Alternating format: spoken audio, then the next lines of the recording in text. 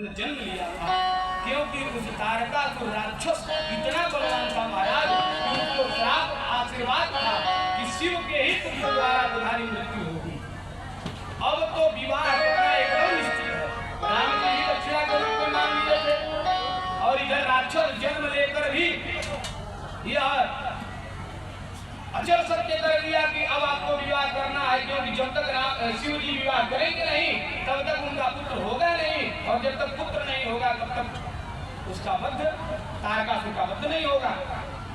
सभी सप्तऋषियों द्वारा बहुत से परीक्षाएं लेने के बाद बाबा का विवाह तय हुआ और बाबा विवाह के लिए राजी हुए, परीक्षा लिए और परीक्षा में माता पार्वती सफल हो गई और बाबा का विवाह जैसे तैसे करके सभी लोग विवाह में बाबा को हाँ विवाह करने के लिए तैयार किए और बाबा भी विवाह करने के लिए तैयार हो गए।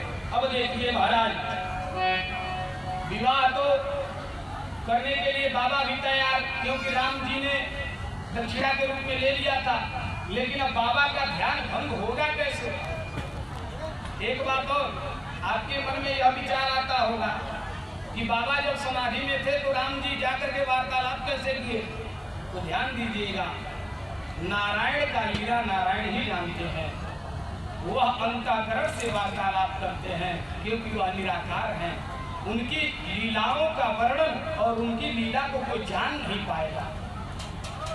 भस्म अब उनके ध्यान को भंग कौन करे? तो ब्रह्मा जी ने कामदेव को पठवाया।